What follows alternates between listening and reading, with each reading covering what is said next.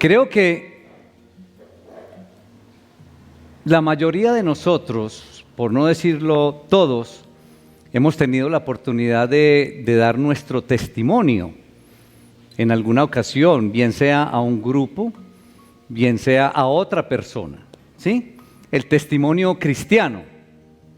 Ese testimonio cristiano que podríamos decir que es una categoría de los creyentes que logra incorporar entonces la fe y la razón.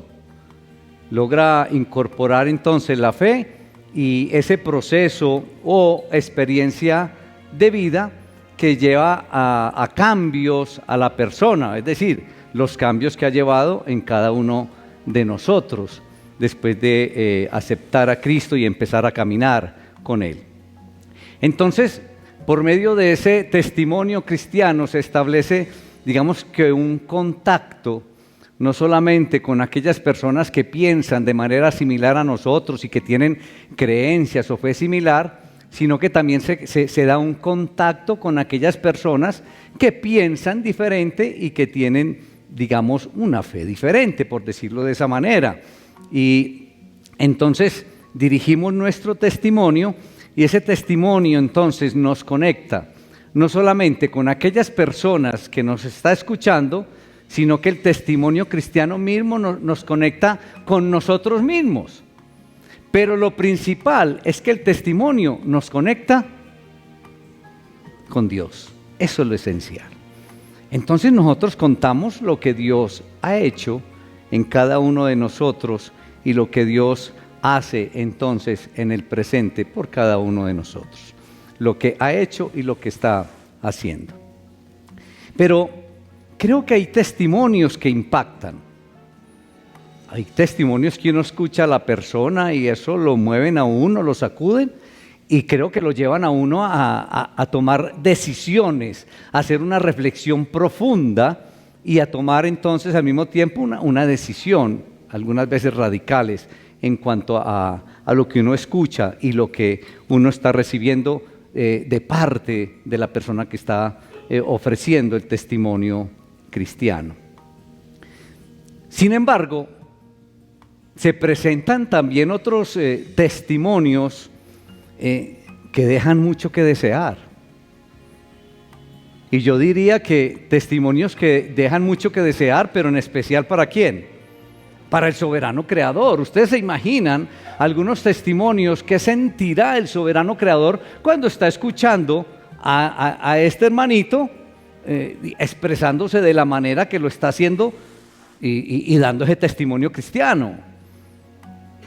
Entonces, uno llega a escuchar testimonios como, bueno, yo era una persona que realmente no era tan mala, ¿sí? Prácticamente cuando uno dice que no era tan malo, está diciendo que que era bueno. Y uno escucha testimonios de esa manera. Y entonces, y también dice, bueno, y en algún momento decidí entregarme al Señor. Entonces uno dice, bueno, entonces como que para entonces Jesús tuvo que derramar un poco más de sangre o una cantidad más especial de sangre que por otros, porque según eso, uno cuando escucha un testimonio como entonces uno pensaría que Jesús estaría muy agradecido con él por haberse entregado a él mismo, a Cristo. ¿Qué es lo que debemos tener en cuenta entonces al iniciar una relación con Cristo? ¿Cómo ha de ser ese proceso cristiano? O más bien, ¿cómo ha de ser la relación con Cristo? Y hay una porción de la palabra que encontramos en la carta de Pablo a los Efesios, capítulo 2, y vamos a leer los primeros 10 versículos. Y leo la palabra, hermanos, en el nombre del Padre, del Hijo y del Espíritu Santo. Amén. Y Él os dio vida a vosotros cuando estabais muertos en vuestros delitos y pecados, en los cuales anduvisteis en otro tiempo, siguiendo la corriente de este mundo, conforme al príncipe de la potestad del aire, el espíritu que ahora opera en los hijos de desobediencia, entre los cuales también todos nosotros vivimos en otro tiempo en los deseos de nuestra carne, haciendo la voluntad de la carne y de los pensamientos, y éramos por naturaleza hijos de ira, lo mismo que los demás. Versículo 4. Pero Dios, suena hermoso ese inicio del versículo 4. Pero Dios, que es rico en misericordia, por su gran amor con que nos amó, aun estando nosotros muertos en pecados, nos dio vida juntamente con Cristo. Por gracia sois salvos. Y juntamente con Él nos resucitó. Y asimismo nos hizo sentar en los lugares celestiales con Cristo Jesús, para mostrar en los siglos venideros las abundantes riquezas de su gracia en su bondad para con nosotros en Cristo Jesús. Porque por gracia sois salvos por medio de la fe. Y esto no de vosotros, pues es un don de Dios, no por obras, para que nadie se gloríe, porque somos hechura suya, creados en Cristo Jesús, para buenas obras, las cuales Dios preparó de antemano para que anduviésemos en ellas. Padre, te alabamos, Señor, te damos honra, te damos todo el honor, oh soberano creador, en el poderoso nombre de Cristo Jesús. Gracias, Padre, por esta bendición de hoy, Señor. Qué privilegio estar aquí en tu casa de oración. Permite, Señor, recibir la enseñanza que tienes para tu pueblo hoy. Que tu Espíritu Santo esté tocando corazones, mentes y voluntades, Señor. Que haya disposición en todos nosotros de recibir tu palabra. Te damos gracias, Señor, en Cristo Jesús. Amén.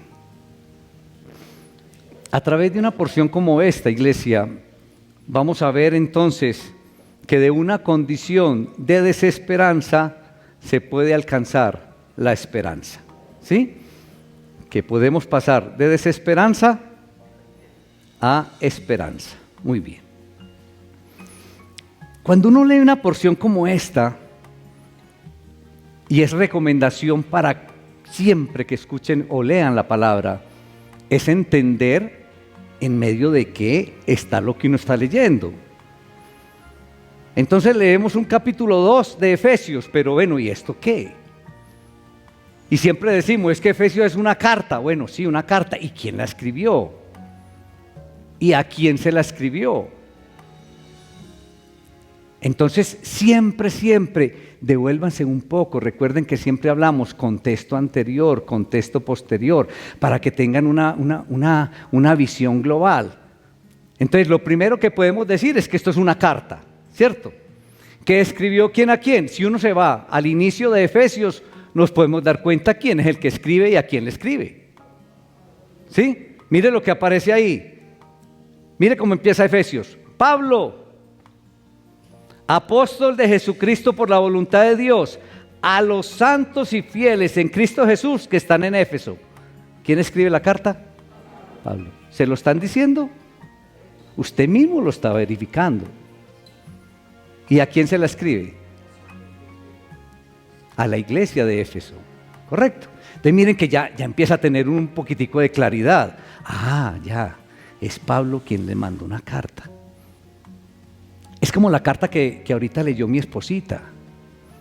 Si ella empieza a leer esto y no les cuenta que yo le dejé esa carta, ustedes no se dan cuenta. Pero ella leyó algo y les dijo, es que esto me lo dio mi esposo por este motivo. Entonces miren que ya se amplió la información.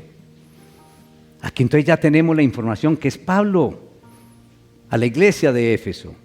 Y como dato adicional, entonces podemos ver, inclusive si ustedes leen después del versículo 10, bueno, y en toda la carta, que uno puede tener claridad de lo que es la universalidad del Evangelio, es decir, que todo esto es para judíos y para no judíos.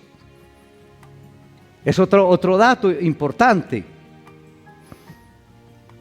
Hermanos, creo que no es una noticia nueva para todos nosotros que la época por la que estamos pasando es una época crítica. Es una época, digamos, especialmente crítica. Y yo diría que quizás una de las más críticas en cuanto a la condición deprimida, mis hermanos, de las personas del mundo de hoy. Esta semana nos encontramos, por mencionar simplemente 3 noticias que yo no sé a ustedes, pero a mí me impactaron bastante. Una de ellas fue que una niña, una señorita, se lanzó de un piso alto de una de las clínicas de Medellín. E inclusive ahorita con las redes mandan el video, por Dios. También recibimos la noticia que un padre asesinó a su propio hijo en un hotel en la ciudad de Melgar.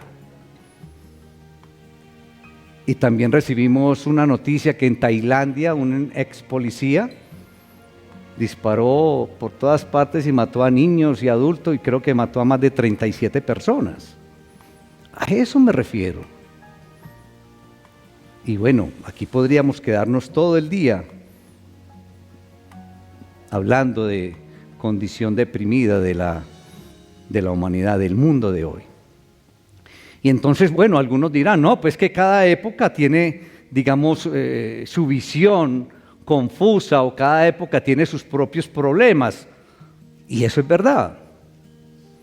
Sin embargo, ahorita con los medios de comunicación que tenemos, eso nos permite entonces recibir la información mundial del mal del momento, de los problemas del momento, en una forma más rápida.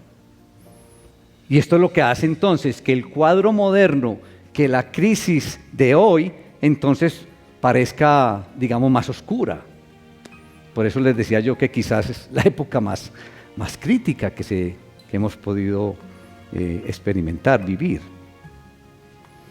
Y entonces uno empieza a analizar muchos aspectos y uno ve, por ejemplo, la crisis económica. El aspecto económico, por Dios, en este momento está grave, ¿o no piensan ustedes?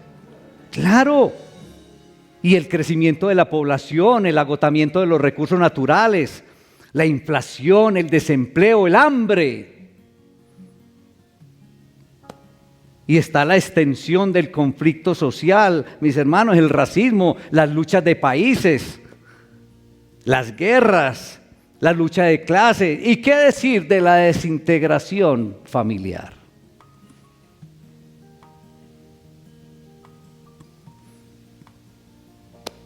Y también, mis hermanos, esa ausencia de normas morales, esa ausencia de guías morales reconocidas, la cual, esa ausencia de guías morales nos lleva a la violencia, nos lleva a la deshonestidad, pero también nos lleva a la promiscuidad.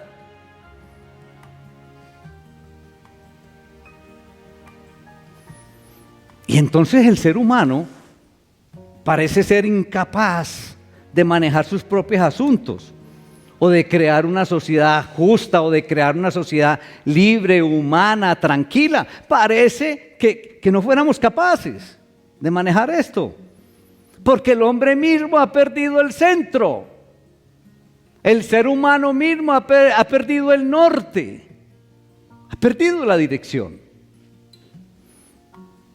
Y contra este oscuro trasfondo del mundo de hoy, del mundo que estamos viviendo, una porción como la de hoy, hermanos, Efesios 2, versículos 1 al 10, se convierte entonces en algo de una importancia, hermanito, se convierte en algo que resalta, que resalta en una necesidad completamente absoluta.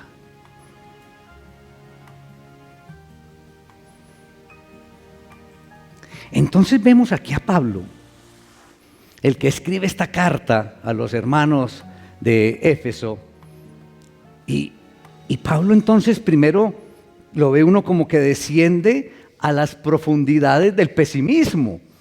Miren con esa descripción que leímos, pero luego entonces se eleva a las alturas del optimismo acerca de Dios. Vemos a un Pablo que pasa del pesimismo al optimismo. Es una combinación de pesimismo, optimismo, de desesperación y fe.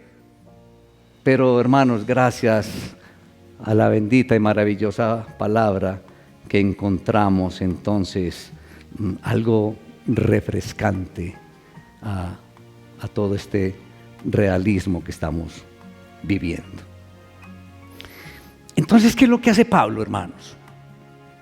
Pablo aquí en esta porción de la carta lo que hace es pintarnos un cuadro, mis hermanos, entregarnos un cuadro, pero un cuadro hermoso, un cuadro bello, que contrasta, hermanos, la naturaleza o lo que somos nosotros por naturaleza y lo que podemos llegar a ser por la gracia de Dios. ¿Sí me estoy haciendo entender, hermanos? Eso es lo que está entregando Pablo en este momento. Nos está entregando un cuadro hermoso. Y entonces en un lado está lo que somos por naturaleza y en el otro lado está lo que podemos llegar a ser. ¿Por qué cosa? Por la gracia de Dios. Muy bien, hermano. Ok. Entonces vamos, si estamos viendo dos partes del cuadro, vamos a ver la primera parte. ¿Qué es lo que somos entonces por naturaleza? Que entre otras cosas debemos reconocer, mis hermanos. Si no hay ese reconocimiento, hay un problema. Tenemos que reconocer lo que somos por naturaleza. Tenemos que reconocer entonces la condición del ser humano. Y eso es lo que encontramos ahí en los primeros 3 versículos. Entonces, lo primero que debemos aclarar, iglesia, es que Pablo describe esa condición degradada de la sociedad en general.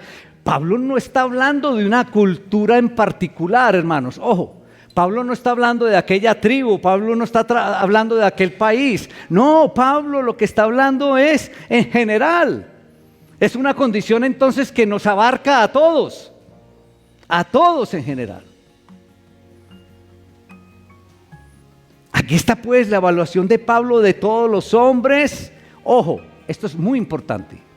Aquí está la evaluación de Pablo de todos los hombres y de todas las mujeres, pero con un detalle muy especial: sin Dios.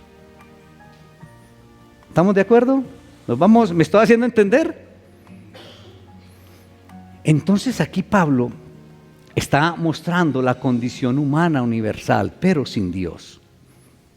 Pablo señala entonces graves verdades acerca de los seres humanos, pero grandes verdades acerca de los seres humanos sin la redención, incluyéndonos a todos nosotros, hermanos. Verdades que debemos reconocer, que no podemos pasar por alto, que no podemos minimizar. Estas verdades que nos está presentando Pablo de la condición humana sin redención, alejados de Dios. Y entonces, ¿qué descripción es la que nos da Pablo de esa condición sin Dios? Lo primero que nos dice es que estábamos muertos. En otro tiempo ustedes estaban muertos por sus delitos y pecados. Dice ahí el versículo 1. ¿Es así o no? En los cuales andaban conforme a los poderes del mundo. Ahora, la muerte a la que se refiere Pablo es a qué tipo de muerte. Es a la muerte espiritual. De todos los que están alejados de Cristo, de todos los que están fuera de Cristo. Y en consecuencia entonces por sus delitos y pecados. Aquí lo que vemos a Pablo es simplemente que está describiendo la maldad humana, la maldad del ser humano. Estábamos muertos porque la vida verdadera, porque la vida eterna es comunión con el Dios viviente y muerte espiritual es separación del Dios viviente. Entonces, no es el cuerpo, no es ni la mente, ni la personalidad, sino que estamos hablando del alma. Cuando se está alejado de Cristo, esa persona no tiene vida, hermanitos. Están ciegos para la gloria de Jesucristo y están sordos, mis hermanos, a la voz del Espíritu Santo. Entonces uno ve, iglesia, que la gente que fue creada por Dios, que la gente que fue creada por Dios y para Dios, ahora está viviendo sin Dios. Y por cierto que esa era la condición hasta que el pastor de pastores nos encontró. Yo tengo que reconocer que esa era mi condición. Yo vivía sin Dios, vivía alejado de Dios. Yo no sé en su testimonio si ustedes lo reconocen o no, pero así creo que vivíamos todos antes. Entonces, por consiguiente, antes de recibir al Señor, yo, Carlos Cardona, estaba muerto. ¿Quién más estaba muerto aquí? Gloria al Señor, que no estoy solo.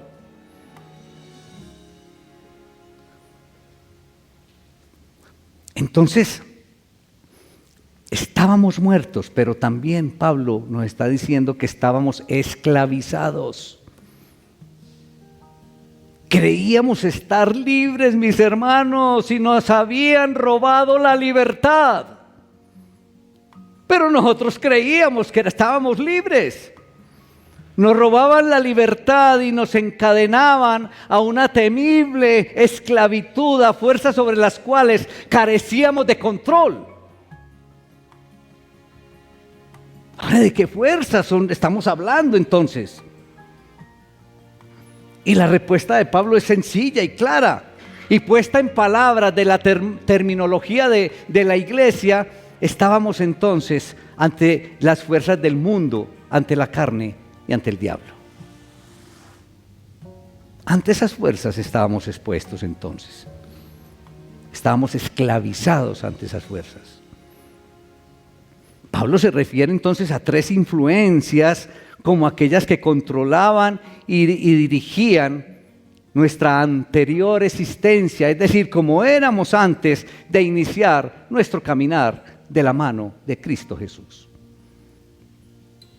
La corriente de este mundo, dice Pablo, conforme al príncipe de la potestad del aire, dice ahí en ese versículo 2. Entonces se habla de la maldad, se habla de la oscuridad del mundo. Y es que realmente los seres humanos nos vamos deshumanizando, mis hermanos, por muchos aspectos, por la política, por la tiranía, por lo moral, el materialismo, la sociedad de consumo, las llamadas por celular, la pobreza, el desempleo, la discriminación racial, por las injusticias. Por todo eso nos vamos deshumanizando, hermanos. Entonces, hermano, podríamos decir que nosotros todos tenemos una esclavitud cultural. Así podríamos definirlo. Y nuestro segundo cautiverio era en relación al diablo, llamado aquí el príncipe del imperio del aire, el que gobierna las tinieblas. Ahí en el versículo 2 nos lo describe Pablo. Ahora, iglesia, mira, es tan común en el mundo de hoy desestimar el trabajo y la influencia del diablo. Incluso en la misma iglesia desestimamos la influencia y el poder del diablo. Pero su existencia es real, iglesia. Su existencia es real y es malévola. Totalmente malévola. Y la tercera influencia que nos mantiene en esclavitud es la de nuestros deseos pecaminosos, como habla Pablo ahí en el versículo 3. Los deseos de nuestra carne.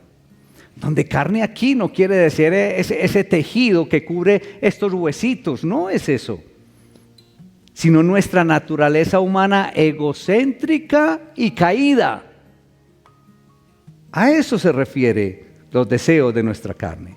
Ahora, no hay nada de malo en algunos deseos corporales naturales.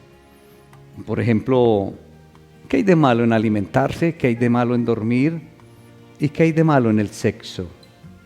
Ojo, dentro del matrimonio. Son deseos corporales naturales. Dios hizo así el cuerpo humano, así nos hizo el Señor. Pero cuando el apetito por la comida se pasa o se transforma en glotonería, cuando el dormir se convierte en pereza y cuando el apetito sexual se convierte en lujuria, entonces estos deseos naturales se cambian o más bien se pervierten en deseos pecaminosos. ¿Me estoy haciendo entender? En segundo lugar, los deseos de la carne incluyen también los deseos, los malos deseos de la mente como del cuerpo. Entonces tendríamos que llevar a los deseos de la carne, entonces, el orgullo intelectual, la ambición inapropiada de muchos de nosotros, el rechazo a la verdad reconocida, la mentalidad maliciosa, la mentalidad vengativa. Eso haría parte entonces también. Entonces, iglesia, antes que nuestro Señor Jesucristo nos liberara, estábamos sujetos a influencias opresivas, tanto de adentro como de afuera, como las estamos viendo. Afuera entonces estaba el mundo. Allá afuera estaba el mundo. Esa, podríamos decir, esa cultura no cristiana predominante.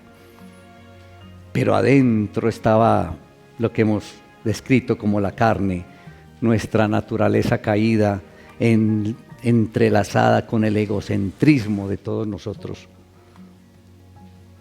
Pero más allá de ambos, más allá de lo de afuera, de lo externo y lo de adentro, estaba operando activamente, estaba operando el espíritu del mal. ¿Estamos hablando de quién? Del diablo.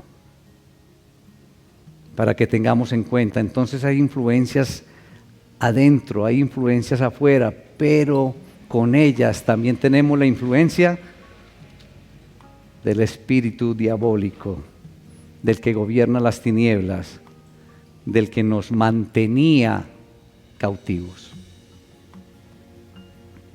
Entonces, lo otro que vemos y que nos describe Pablo es que estábamos condenados. Entonces uno ve que Pablo aquí no ha completado aún como toda la descripción del estado anterior a Cristo o del estado cuando no habíamos conocido de Cristo. Como que no lo había completado, como que tenía una verdad más. Y diríamos que de pronto hasta desagradable lo que tenía para adicionar, para decirnos acerca de nosotros mismos. Entonces, no solamente estábamos muertos, sino que también estábamos esclavizados. Ojo que lo que hemos acá llevado es, primero, que estábamos muertos. Dos, que estábamos esclavizados. Y aquí Pablo entonces nos da la otra noticia, que además de estar muertos y esclavizados, estábamos condenados. Vienen esas tres condiciones. Como los demás, dice ahí en el versículo 3, Éramos por naturaleza objeto de algo especial. ¿Objeto de qué? De la ira de Dios. Estábamos condenados. Tremendo. La ira de Dios. Ahora, la ira de Dios no es como la ira de nosotros, como la ira del ser humano. Y no es que Dios tenga mal carácter. No es que Dios, digamos que se puede salir de casillas en cualquier momento. No es despecho, no es malicia, no es venganza. La ira de Dios nunca es arbitraria, ya que la ira de Dios es la reacción divina a una sola situación. ¿Es la reacción a qué? Al mal, al pecado. Es eso. Entonces, ¿cómo eran las tres condiciones antes de conocer del Señor? ¿Cómo era que estábamos? Muertos, esclavizados y condenados. Ahí está clarito. Tremendo. Estos son los tres conceptos que Pablo presenta a fin de retratar nuestra condición perdida humana. ¿Demasiado pesimista? ¿Qué piensan? La realidad, ¿sí o no? Es la realidad, debemos admitir esto. Pero ¿saben algo, hermanos? Vean, ni la educación, ni las leyes, ni la inteligencia pueden rescatar a los seres humanos de la muerte espiritual. ¿Quién por esos medios puede rescatar a alguien de la muerte, de la esclavitud o de la condenación? Díganme. Pero por eso estamos diciendo, ni las leyes humanas, ni la inteligencia, ni la educación, es decir, lo humano no puede sacarnos o liberarnos de la muerte, de la esclavitud ni de la condenación. Porque podríamos decir, como diría un médico, es que ante una enfermedad debemos utilizar, ante una enfermedad radical, debemos utilizar ¿qué? Ayúdenme. A ver, ante una enfermedad radical, ¿qué debemos usar? Estoy hablando en términos médicos, en términos de enfermedad, ayúdenme. Ante una enfermedad radical, ¿debo usar qué? Un remedio radical. Y tenemos aquí una enfermedad radical. Hermano, no nos distraigamos, deje que eso se derrame, que se llene. Estamos aquí con la palabra del Señor. Y estamos hablando de una enfermedad radical que necesita un remedio radical. No hay otra manera.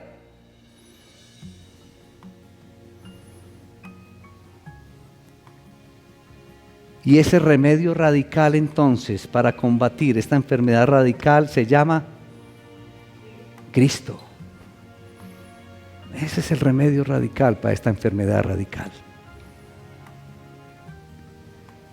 Porque Dios, iglesia, nos ha confiado sus buenas o un mensaje de buenas nuevas que ofrece vida a los muertos. Ojo, mire ese mensaje de buenas nuevas que ha ofrecido nuestro soberano creador. Ofrece vida a los muertos, ofrece libertad a los cautivos y ofrece perdón de acuerdo a los condenados. Qué lindo que ustedes estén enfocados ahí. Pero miren qué belleza. Vea, ofrece vida a los muertos, ofrece libertad a los cautivos y ofrece perdón a los condenados. Eso es hermoso, lo que ofrece el soberano creador.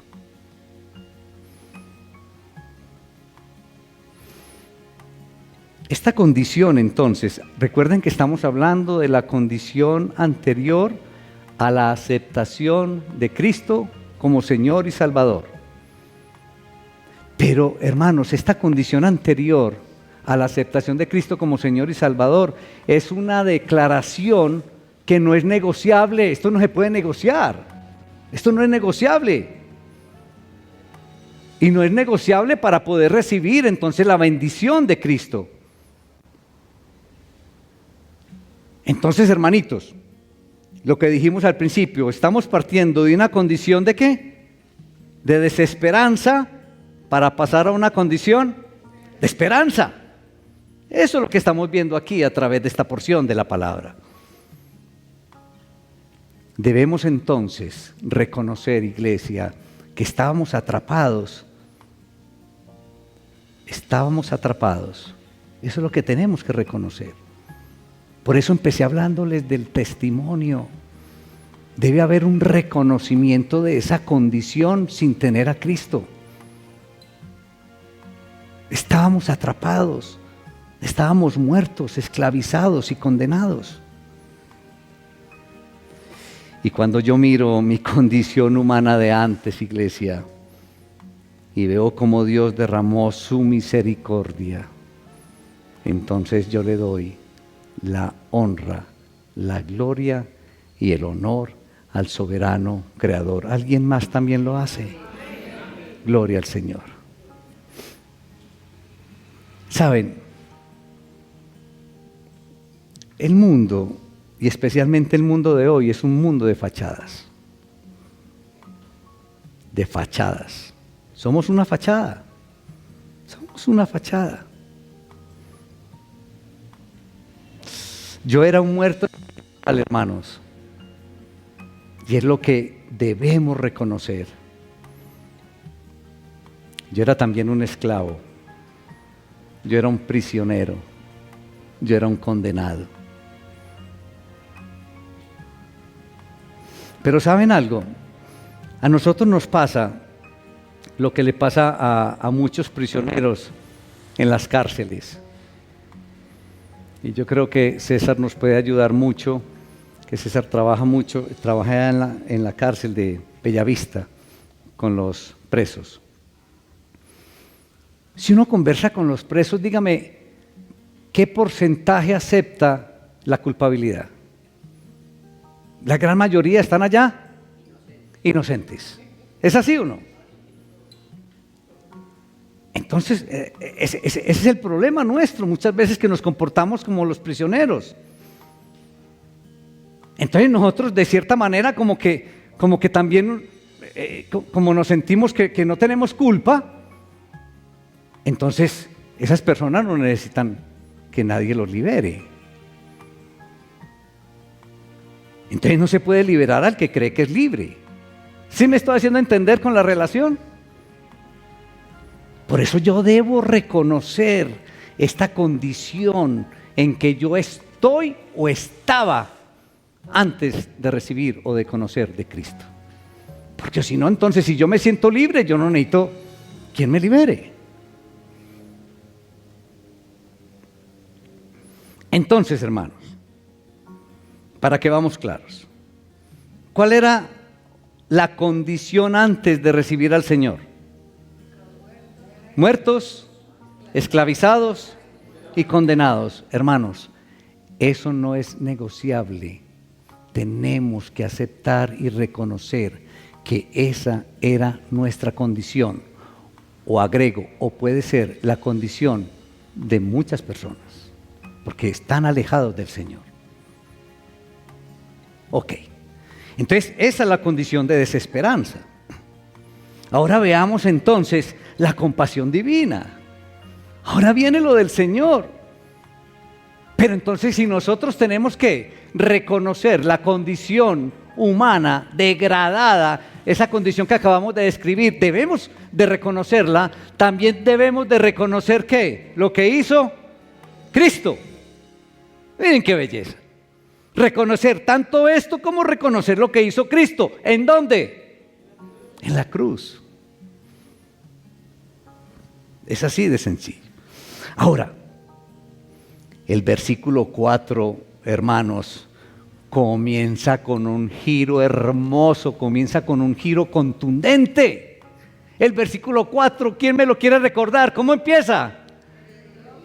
Pero vea, cuando lo lean, no lo lean así como no. Pero Dios, no. Cuando lo lean, se acuerdan de mí y digan esto, pero Dios. Es que miren, hermanos, es que estamos compartiendo, describiendo, recibiendo más bien la descripción que hace Pablo de nuestra condición humana, de muertos, condenados y esclavizados, y empieza el versículo 4 diciendo, pero Dios, entonces eso me tiene que despertar. Eso me tiene que poner, bueno, aquí hay algo bueno. Aquí hay algo esperanzador. Aquí voy entonces a hallar la esperanza que no tenía aquí. ¿Sí me hago entender? Eso es hermoso, hermanos. Es hermoso. Pero Dios, y estas dos palabras enfrentan la desesperada condición de la humanidad caída, mis hermanos. Y la enfrentan a esa iniciativa gratuita del Señor y su acción soberana. Eso es espectacular, hermanos. Eso es maravilloso. ¿Éramos objeto de qué del Señor? A ver si están concentraditos. Ahí está la palabra. De la ira de Dios, hermanos. Ahí está, estamos ahí en esa porción. Éramos objeto de la ira de Dios. Pero ojo, Dios, por su gran amor por nosotros, nos tuvo misericordia. Es espectacular, hermanos. Estábamos muertos y los muertos no resucitan. Pero Dios, ¿qué hizo? Nos resucitó. Pero Dios nos resucitó. Ahora, ¿con quién? Con Cristo. Estábamos muertos, mis hermanos, pero Dios nos resucitó con Cristo. Ay, qué alivio, hermanitos, qué belleza.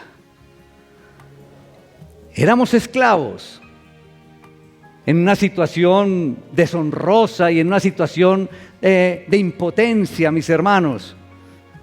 Pero Dios nos ha levantado con Cristo, hermanitos, y nos ha colocado a su diestra en una posición de honor y en una posición de poder.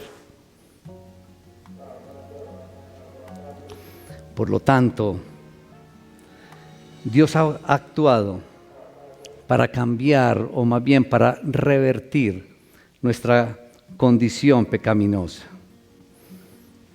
Y creo que es necesario, hermanos, colocar ambas partes en un contraste ahí juntas. Es decir, lo que somos por naturaleza y lo que somos por gracia. Es necesario ponerlas juntas para poderlas apreciar. Lo que somos, sí, por nuestra condición pecaminosa, y lo que somos por la gracia. ¿Qué es lo que somos por la condición pecaminosa? Muertos, esclavizados y condenados. ¿Y qué somos por la gracia del Señor? Liberados, salvados. Eso es una hermosura, hermanos. Eso es espectacular. Cuando yo veo eso con esta claridad, entonces, yo les decía ahora, entonces le doy la honra, la gloria, el honor al soberano creador y vivo para Él en obediencia y en gratitud.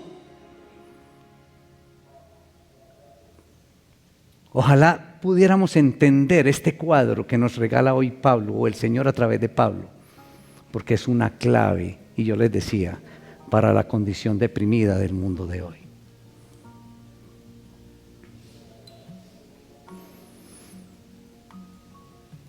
Ahora necesitamos preguntarnos, ¿qué es lo que ha hecho Dios y por qué lo hizo? ¿Qué es lo que ha hecho Dios y por qué lo hizo? Aquí está. Ahí en los versículos 4 al 10 encontramos todo esto. Lo que hizo Dios, y para decirlo en una palabra o en una frase corta, nos ha salvado. Eso es lo que hizo Dios.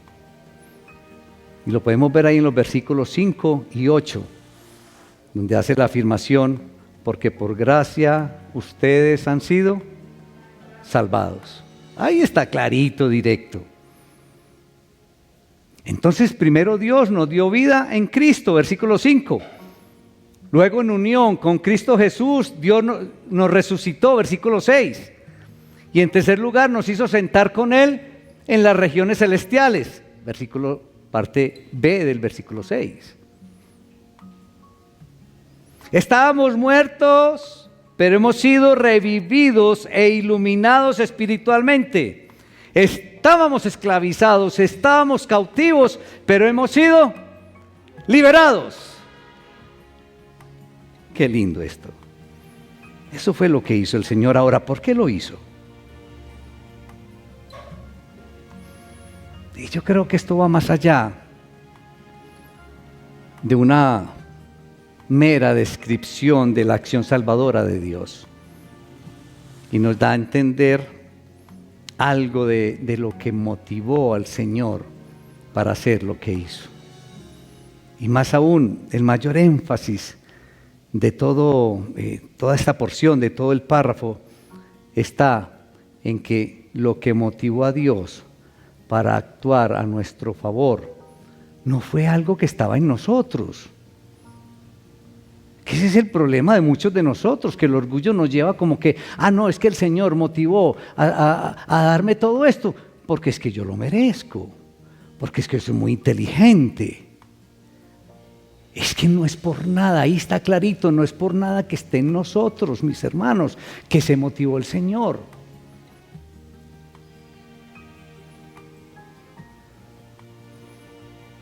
Fue por algo que estaba en Él, en el soberano Creador, su favor inmerecido. Pablo une 4 palabras para expresar los orígenes de la iniciativa salvadora de Dios. 4 palabras utiliza Pablo aquí para utilizar qué fue lo que motivó al Señor a la obra salvadora. Y dice, Dios es rico en misericordia, versículo 4. Dice, el amor de Dios, porque es por su gran amor con nosotros, parte B del mismo versículo 4. Tercero, por la gracia de Dios, porque por gracia ustedes han sido salvos. 5 y 8. Y por la bondad de Dios, su bondad derramó sobre nosotros en Cristo Jesús. Versículo 7. 4 palabras, hermoso. Por su misericordia, por su amor, por su gracia y por su bondad. Hermoso esto. Eso fue lo que motivó al Señor para su obra de salvación. Gracia, ese favor inmerecido, es darnos el regalo, el bien que nosotros no merecemos. Esa es la gracia. Y la misericordia, mis hermanos, es que mereciendo el mal, Dios no nos da el mal que merecemos. Esa es la misericordia. ¿Y saben algo? A veces nos equivocamos con la interpretación de la gracia y decimos, no, es que la gracia es solamente en el Nuevo Testamento, en la nueva dispensación. No, no, no. Dios siempre ha tratado la humanidad con gracia, desde el principio. Y siempre ha tratado la humanidad con misericordia, desde el principio. Y si no, cuando lean las Escrituras, recuerden a Noé. Miren a Abraham, lo trató con misericordia. Abraham, acuérdense que se fue para otro lugar. ¿Y qué tal la mentira acerca de su esposa? Y así podríamos describir a muchos otros patriarcas o héroes de la fe. Siempre el Señor ha tratado a la humanidad con gracia y con misericordia. Entonces, Pablo no se engañaba acerca de la degradación de la humanidad. Yo creo que no. Pablo, cuando uno se adentra aquí a una porción como esta, Pablo no se negó a suavizar la situación, porque esto, cuando uno suaviza la situación, eso lo puede llevar a uno a proponer una solución superficial. ¿Sí me entiende? Cuando yo no trato el problema en su realidad, en su profundidad, entonces también voy a encontrar soluciones superficiales. Por eso Pablo no suaviza aquí la condición humana, para poder encontrar entonces la solución tajante.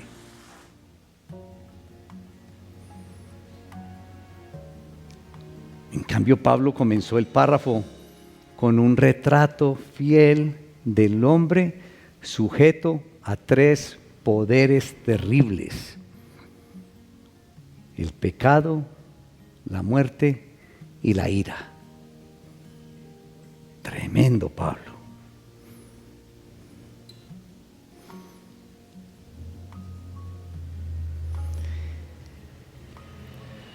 Cristo, hermanitos, nos dio la libertad porque es el único que podía darnos la libertad. Es el único. Miren, cuenta una historia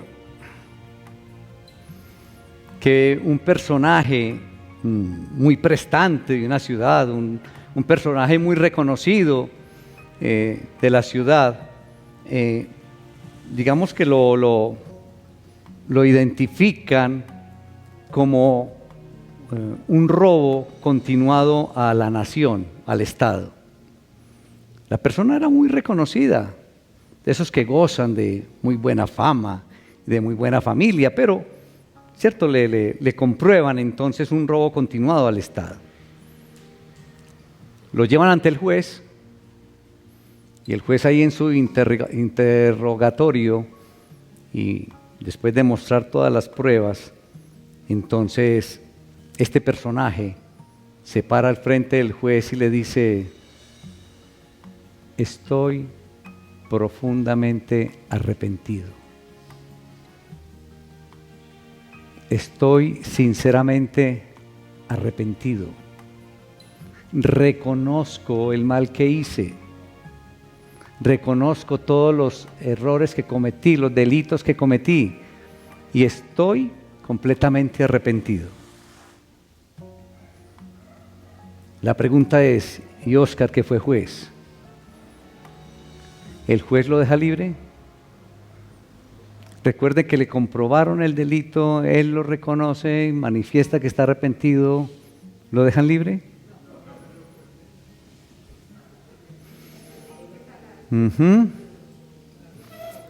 ¿Y cuál es la buena noticia con Cristo? Con Cristo es diferente, hermanos. Con Cristo es diferente. Te arrepientes, entonces Cristo te hace libre. Eso es hermoso, hermanos. Completamente hermoso. Con Cristo es diferente. Pero el mismo Cristo tuvo que pagar el precio por ti. No se te puede olvidar.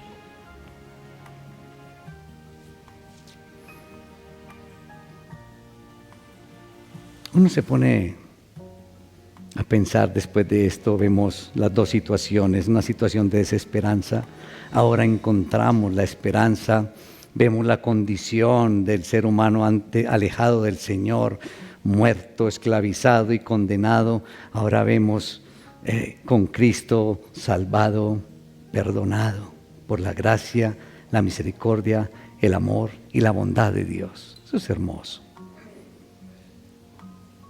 Entonces, ¿qué nos corresponde hacer? Ahí está. Empezamos hablando del testimonio. Nos toca entonces dar un buen testimonio cristiano, ya que somos hechura suya, creados en Cristo Jesús. ¿Para qué? Para buenas obras. Y es que, hermanos, el problema aquí con el mundo de hoy es que el placer, el interés y la necesidad es lo que nos junta a los hombres, pero precisamente es lo que nos distancia, lo que nos aleja. El placer, el interés y la necesidad. ¿Te has preguntado qué es lo que Dios busca a través de la historia? ¿Qué es lo que Dios busca para ti a través de la historia? ¿Qué es lo que Dios busca para todos nosotros a través de la historia? ¿Saben qué? Nos está haciendo más humanos. Dios a través de la historia nos está haciendo más humanos por medio de hacernos más parecidos ¿a quién? A Cristo. Ese es el detalle que no se te puede olvidar. Y viene la pregunta del millón. ¿A quién te pareces?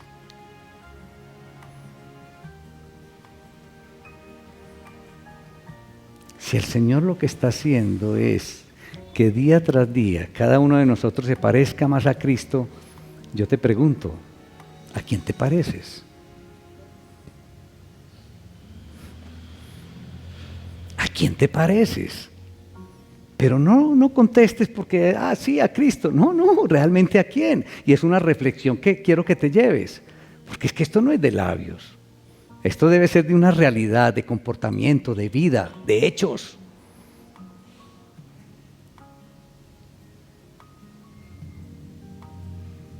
Creo que muchos de nosotros no nos falta sino algunas cositas de pronto por ahí para identificarnos con otro.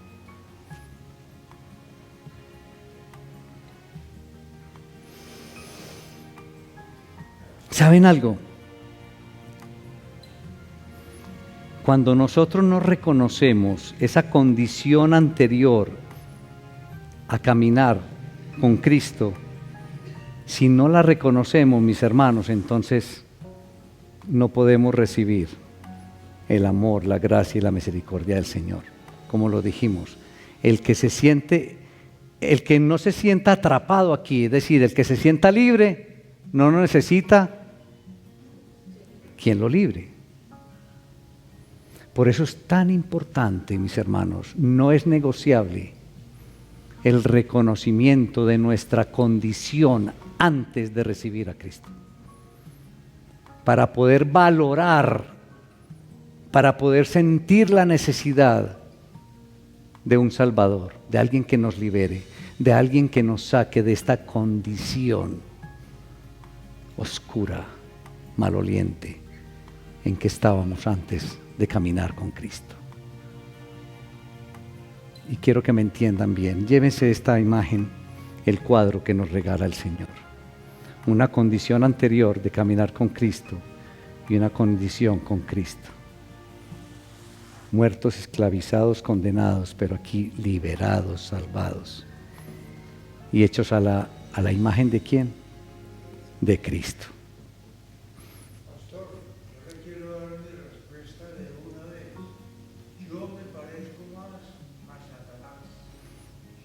Pero debes de tomar una decisión, hermano. Una porción como esta te está dando toda la herramienta para que te borres esa imagen. Todos en un momento nos parecíamos a ese tipo antes, porque estábamos en esta condición de desesperanza. ¿Sí? O sea que no es tu condición sola, era la mía también. Pero, hermanitos, por la gracia, por el amor de Dios, por su misericordia y por su bondad, Cristo me borró esa imagen y ya entonces me estoy pareciendo cada día más a Cristo. Y esa es la invitación, mis hermanos, que el Señor te bendiga. Gracias por tu sinceridad, pero también toma una decisión hoy con el Señor a través de una palabra como esta. Maravilloso. Démosle un aplauso al Señor, hermanos.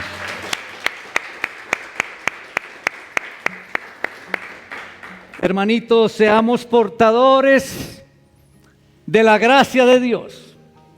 Seamos portadores del amor de Dios. Seamos portadores de la misericordia de Dios. Seamos portadores de la bondad de Dios. Seamos portadores del evangelio de las buenas nuevas, mis hermanos, que nos regala el soberano creador a través de nuestro Señor Jesucristo. Que el Señor los bendiga, hermanos.